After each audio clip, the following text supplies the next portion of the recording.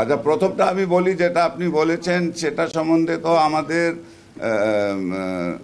আমরা কিন্তু খুব স্পষ্টভাবে কিন্তু বিশেষ করে আমাদের আওয়ামী লীগের ওবায়দুল কাদের সাহেব কিন্তু ক্লিয়ারলি বলেছেন যে যদি কেউ আইন ভঙ্গ করে থাকে তাহলে আইন অনুযায়ী ব্যবস্থা নেওয়া হবে। এখানে কিন্তু সরকারের কোনো রকমের কোনো এম্বারেসমেন্টের আমি কিন্তু বিশ্বাস করি না হবে। আইন তার নিজের গতিতে চলবে।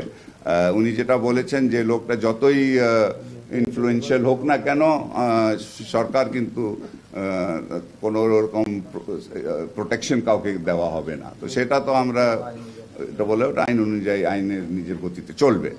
আপনি যে তারপরে বলেছেন যে এমপি কথা বলেছেন, সেটা কিন্তু আমরা সবাই কিন্তু এটা নিয়ে খুবই শকড হয়েছি। এই ঘটনাটা এখনো আপনারা জানেন ঘটনাটা তদন্তহীন আছে।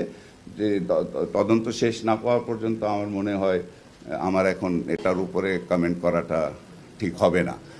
এবং আপনি যে কথাটা বলেছেন ইলেকশনের পরে না বাজেটের পরে, তো এটা তো আমি এখন আপনাকে, এটা তো হাইপোথেটিক্যাল কোয়েশ্চেন। বাজেট কি হবে, বাজেটের পরে কি হবে, আমরা সুস্থ থাকবে না অসুস্থ থাকবো, সেটা তো বাজেট দেখার পরে আমি উত্তর দিতে পারবো, তার আগে তো বলতে পারবো না। না, এটা জাতীয় কমিটির, আজকে এই কমিটি তো কোনো এটা টিওর নাই, এটা আমাদের রেফারেন্সে নাই, এটা নিয়ে কোনো আলোচনা হয় নাই। কিন্তু আপনি যেহেতু বলেছেন আমি বলে দিচ্ছি দ্যাট এটা একটা ভুল ধারণা। আমরা কিন্তু কোনো সময় আমরা বলি নাই যে কারখানাটা অলরেডি আছে ইকোনমিক জোনের, মানে আপনার বিশেষ অর্থনৈতিক অঞ্চলের বাইরে, তাদেরকে বন্ধ করে দেওয়া হবে, এটা কেউ বলে নাই।